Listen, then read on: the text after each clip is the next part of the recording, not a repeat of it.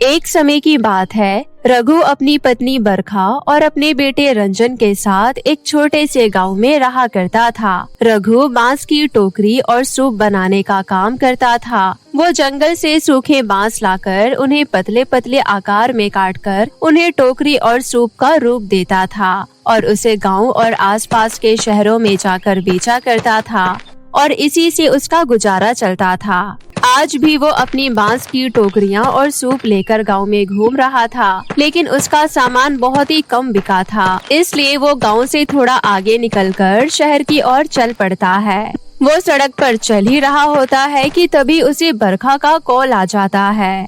हाँ बोलो बरखा। जी, मैंने आपको ये बोलने के लिए फोन किया था कि आज आते हुए नमक और तेल लेते आना। घर में नमक और तेल बिल्कुल खत्म हो गया है। ठीक है, मैं ले आऊँगा। और एक बार दोबारा देख लो, किसी और चीज की जरूरत तो नहीं है ना? फिर तुम बार बार फोन करके बोलती हो कि ये रह गया वो रह गया। ठीक है, मैं देख कर बताती हूँ। रघु ऐसी ही फोन पर बात करते हुए सड़क पर चल रहा था। उसका ध्यान पूरी तरीके से फोन पर था, इसलिए उसे पीछे से आ रही कार दिखाई नहीं देती है और क्योंकि कार बहुत स्पीड में थी, इसलिए कार में बैठा ड्राइवर ब्रेक नहीं लगा पाता और रघु का एक्सीडेंट हो जाता है। ड्राइवर तो वहाँ से कार लेकर भाग जाता है, परंतु आसपास के लोग किसी तरह रघु को अस्पताल में भर्ती करवाते हैं और किसी तरह बरखा तक ये खबर पहुंचाते हैं। बरखा ये खबर सुनकर सीधा अस्पताल आ जाती है। अस्पताल में डॉक्टर रघु का इलाज करते हैं और फिर बरखा के पास आकर एक डॉक्टर उससे पूछता है, क्या ये आपके पति हैं?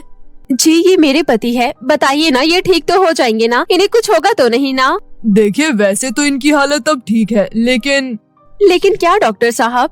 एक्सीडेंट के वक्त इनकी गर्दन के नीचे की एक नस दब गई है, जिस वजह से इनके हाथ और पैर ने काम करना बंद कर दिया है। इसलिए शायद अब वो जिंदगी भर कभी चल नहीं पाएंगे और शायद कभी भी अपने हाथों का इस्तेमाल नहीं कर पाएंगे। डॉक्टर की ये बात सुनकर बरखा के तो होश ही उड़ जाते हैं। उसे समझ ही नहीं आता कि ये सब आखिर कैसे हो गया। फिर कुछ देर बाद जब रघु को होश आता है तो वो बरखा को अपने बगल में पाता है और उससे कहता है, बरखा, मुझे बहुत अजीब सा महसूस हो रहा है। पता नहीं क्यों, पर मैं अपने हाथ और पैर हिला नहीं पा रहा। रघु की ये बात सुनकर बरखा की आंखें आंसुओं से भर जाती है और फिर रघु के पूछने पर बरखा उसे सारी बात बता देती है। बेचारा रघु ये बात सुनकर पूरे तरीके से टूट जाता है। रघु को ऐसे देखकर बरखा खुद को संभालती है और रघु को दिलासा देती है और फिर कुछ दिन अस्पताल में रहने के बाद रघु घर आ जाता है।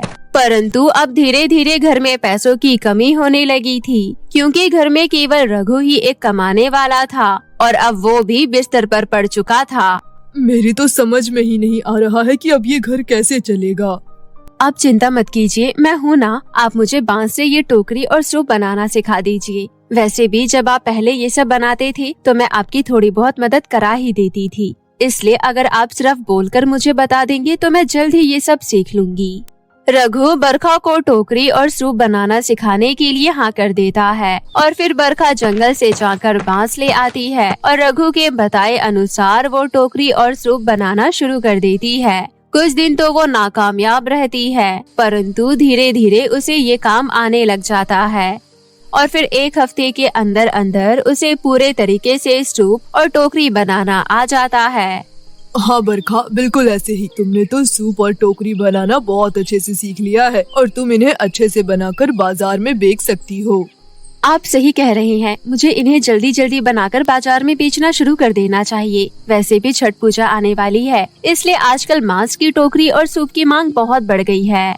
हाँ, तुम बिल्कुल सही कह रही हो। छठ के त्योहार के समय तो मेरी सबसे ज्यादा कमाई होती थी, लेकिन कुदरत का खेल देखो, ऐसे समय में मैं बिस्तर पर पड़ा हूँ।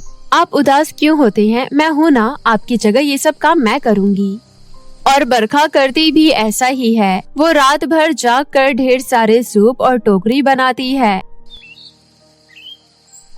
और फिर अगले दिन उन्हें बाजार लेकर चली जाती है। परंतु बाजार में बांस के सूप और टोकरियों की बड़ी बड़ी दुकानें पहले से मौजूद थी और उन दुकानों के आगे जमीन पर लगाई गई बरखा की दुकान बिल्कुल भी नहीं चल रही थी। इसलिए बरखा दूसरा रास्ता अपनाती है और जोर जोर से आवाज लगाने लगती है, छठ के पर्व में छठ मैया है खुशियाँ लेकर आने वाली। आज ये सूप और टोकरी बेच रही है खुद इसे बनाने वाली। आइए आइए आइए, बांस के सबसे बढ़िया सूप और टोकरी लेकर जाइए। ऐसा कहकर बरखा बहुत आवाज लगाती है, परंतु उसके फटे पुराने कपड़ों और जमीन पर लगी दुकान को देखकर कोई उसके पास नहीं आता। परंतु फिर एक औरत बरखा की दुकान के पास आती है, उसकी टोकरियाँ और सूप देखती है और फिर कहती है, क्या बकवास टोकरियाँ और सूप है, इससे अच्छे तो इन बड़ी दुकानों पर मिल रहे हैं। ऐसा कहकर वो औरत भी वहाँ से चली जाती है और एक बार फिर बरखा की उम्मीद की किरण धुंधली पड़ जाती है, परंतु बरखा हार नहीं मानती है। अगले दिन भी पूरी हिम्मत से बाजार जाती है और जोर जोर से आवाज लगाकर अपनी बांस की टोकरियां और सूप बेचने की कोशिश करती है। परंतु आज भी सुबह से शाम हो जाती है, लेकिन उसकी एक भी टोकरी और सूप नहीं बिकता और वो आंखों में आंसू लिए घर वापस आने लगती है। लेकिन तभी बरखा की एक पड़ोसी जो छठ का व्रत रखती थी, वो बरखा को रोकते हुए कहती है, बरखा, मैं जानती हूँ तुम इतनी मेहनत कर रही हो, फिर भी तुम्हारी टोकरियाँ और सूप नहीं बिक रहे। तुम एक काम करो, एक टोकरी और एक सूप मुझे दे दो। तुम्हारा बहुत बहुत धन्यवाद। मेरे घर का राशन खत्म हो गया था और मैं आज यही सोच रही थी कि आज मैं अपने बच्चे और पति को क्या खिलाऊंगी, लेकिन तुमने मेरी परेशानी हल कर दी। मेरी मदद करने के लिए बहुत बहुत शुक्रिया। शुक्रिया मेरा नहीं, छठ मैया का करो, सबका भला वही करती हैं। और मैं जानती हूँ तुम्हारे ऊपर परेशानियों का पहाड़ है, इसलिए मैं कह रही हूँ तुम छठी मैया का व्रत रखो, उनका पूजन करो। देखना, छठी मैया तुम्हारे हर दुख को हर लेंगी और तुम्हारा जीवन खुशियों से भर देंगी। लेकिन मैंने आज तक छठ का व्रत नहीं रखा है और न ही मुझे उसकी विधि पता है।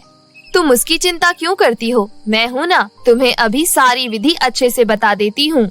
इसके बाद बरखा की पड़ोसी उसे छठ के व्रत की सारी विधि और पूजन बहुत अच्छे से समझा देती है और बरखा छठ का व्रत रखने का संकल्प ले लेती है और इस संकल्प मात्र से उसे अपने अंदर एक नई ऊर्जा महसूस होती है। और फिर छठ से एक दिन पहले जब वो बांस के सूप और टोकरियां बेचने जाती है, तो एक बूढ़ी औरत बरखा के पास आती है और कहती है, बेटा, मेरा परिवार बहुत बड़ा है और मेरी बहुत सारी बहुएं हैं और इस बार सभी ने छठ का व्रत रखा है, इसलिए मुझे ढेर सारी बांस की टोकरियां और सूप चाहिए। तो क्या तुम मुझे वो दे सकती हो?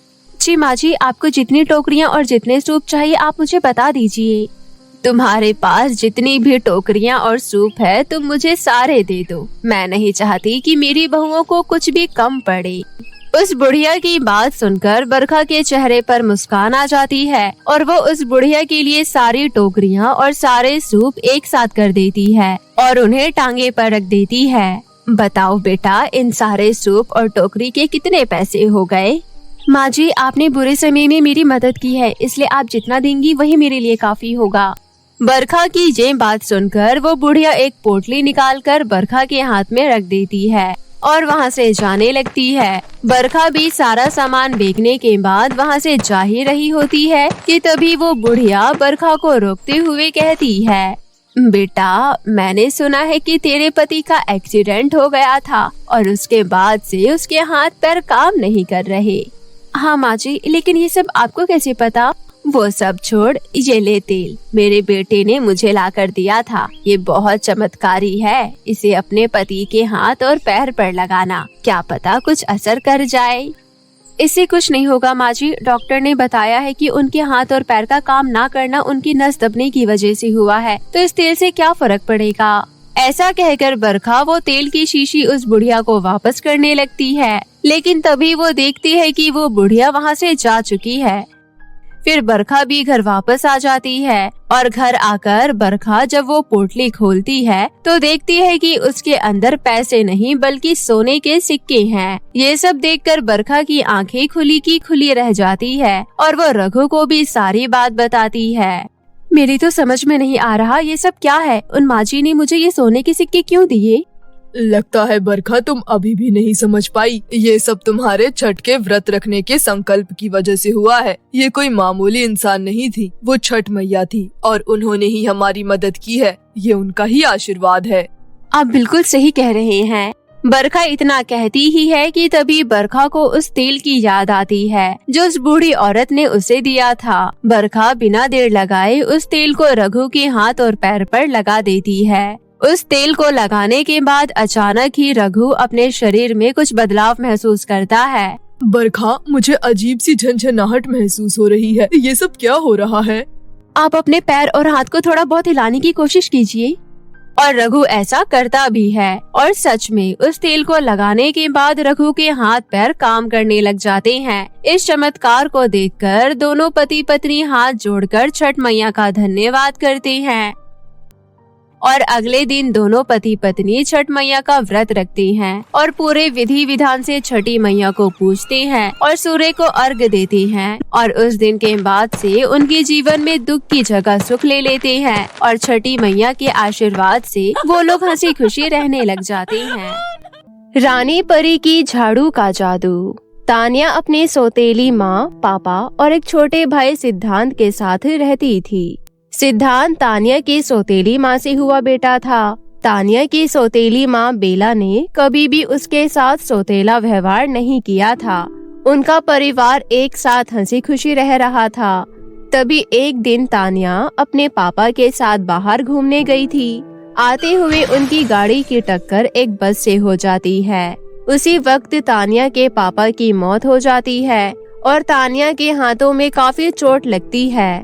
तानिया के पापा के जाने के बाद बेला उसका बिल्कुल भी ख्याल नहीं रखती थी।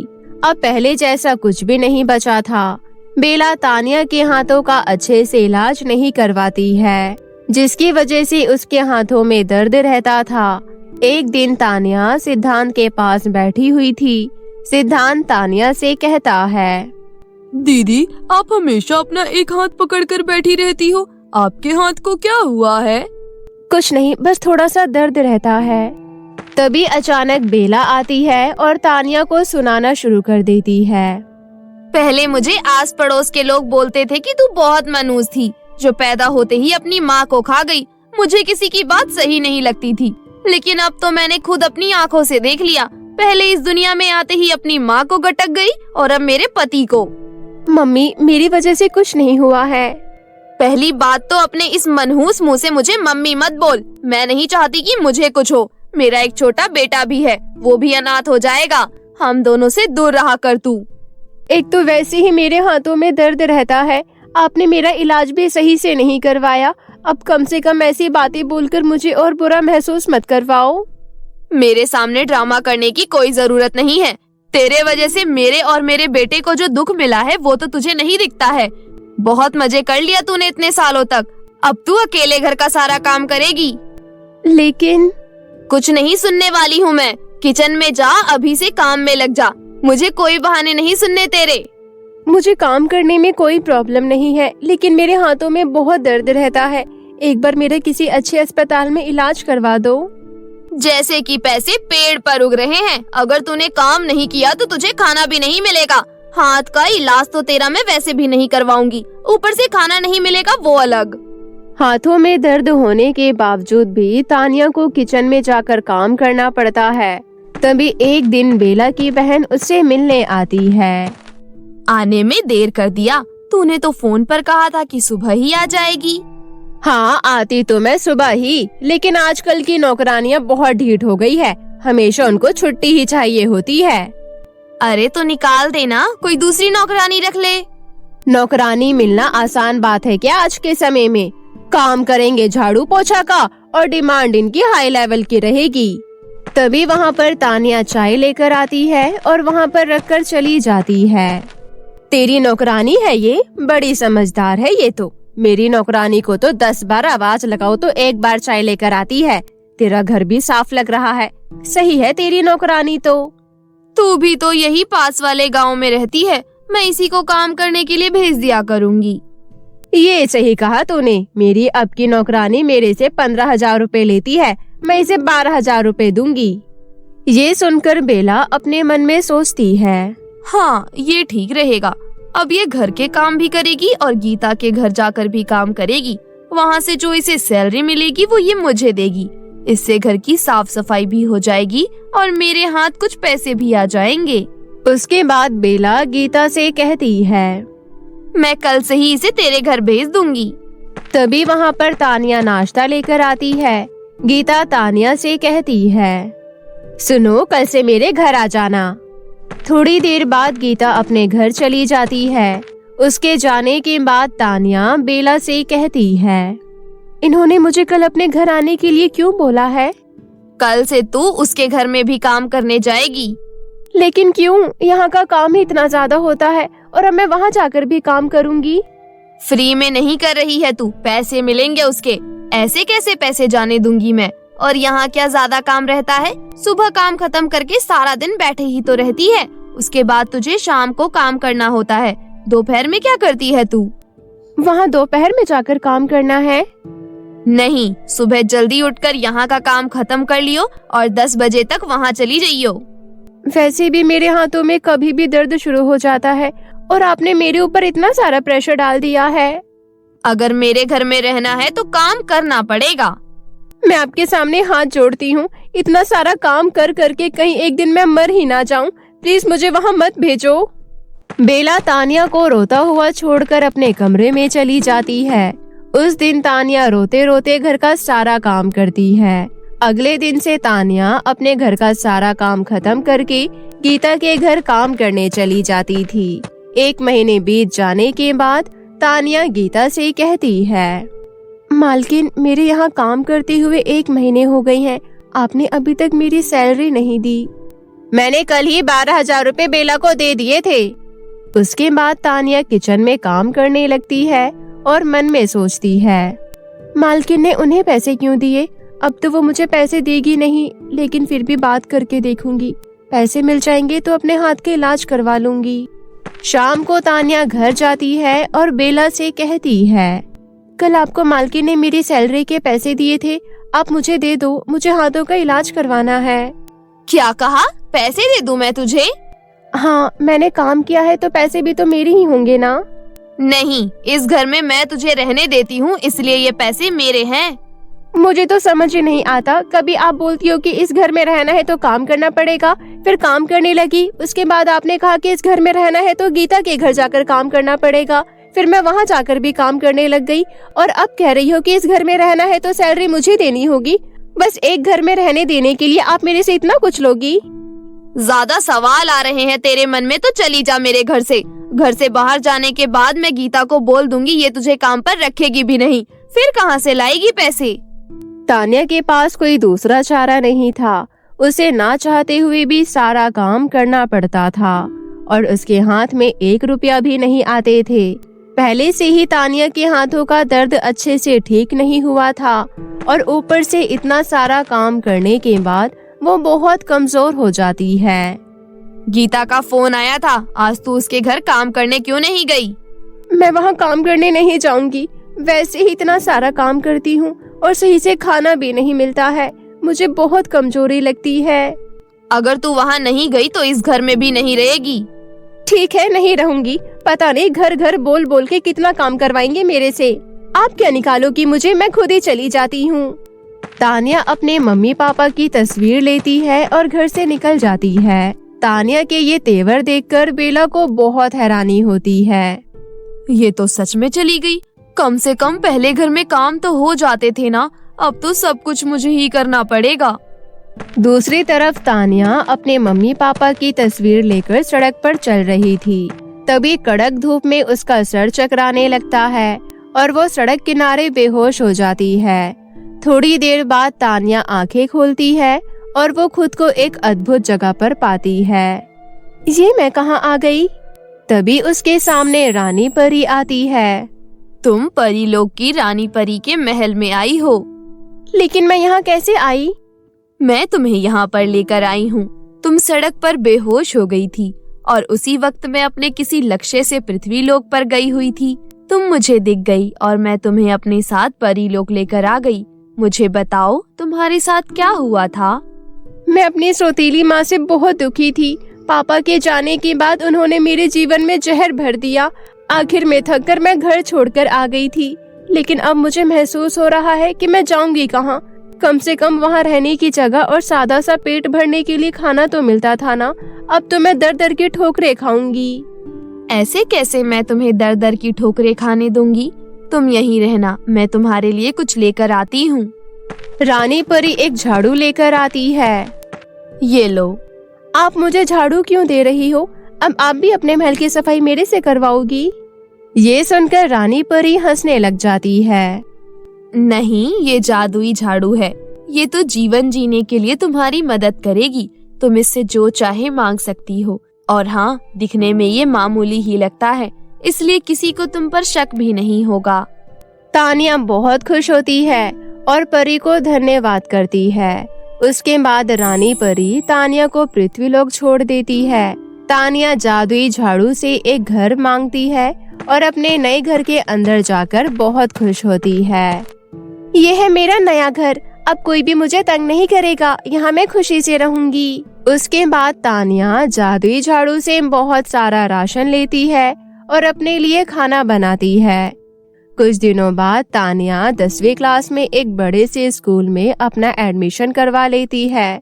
एक दिन तानिया स्कूल से घर आ रही थी, तभी रास्ते में उसे बेला देख लेती है। स्कूल से आ रही है ये तो? इसने जो ड्रेस पहनी है ये तो बहुत महंगे स्कूल की है, पर इसके पास पैसे आए कहाँ से होंगे? मीठी मीठी बातें करके इससे बातें निकलवाती हूँ। बेला तानिया के पास जाती है। मेरी बच्ची तानिया, कहाँ चली गई थी तू? ओहो, कितने प्यार से बोल रही हो। लगता है झाड़ू पोछा करने वाली नौकरानी नहीं मिली है। क्या सोच रही हो कि मीठी मीठी बातें करोगी तो मैं आपके साथ आपके घर चली जाऊंगी? सोचना भी मत। इतना बोलकर तानिया आगे बढ़ जाती है। इसमें तो बहुत तेवर आ गए हैं, अब तो मुझे इससे डर भी लगने लगा है। लेकिन फिर भी इसके पीछे पीछे घर तक जाती हूँ, क्या पता वहीं मुझे कुछ पता चल जाए। बेला तानिया का पीछा करते हुए उसके घर तक पहुँच जाती है। आप मेरा पीछा करते करते यहाँ तक पहुँच गई, आखिर चाहती क्या हो? बेला जोर से तानिया का हाथ पकड़ लेती है। अब मुझे सारी बातें सच सच बताओ। यहाँ तो कोई आसपास रहता भी नहीं है जो तुझे मेरे से बचा ले। तभी जादुई झाड़ू हवा में उड़ते हुए आती है और बेला की खूब पिटाई करती है।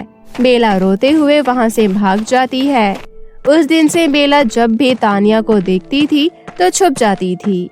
इस तरह तानिया के जीवन से बेला नाम की बला टल जाती है और वो हंसी खुशी रहने लगती है।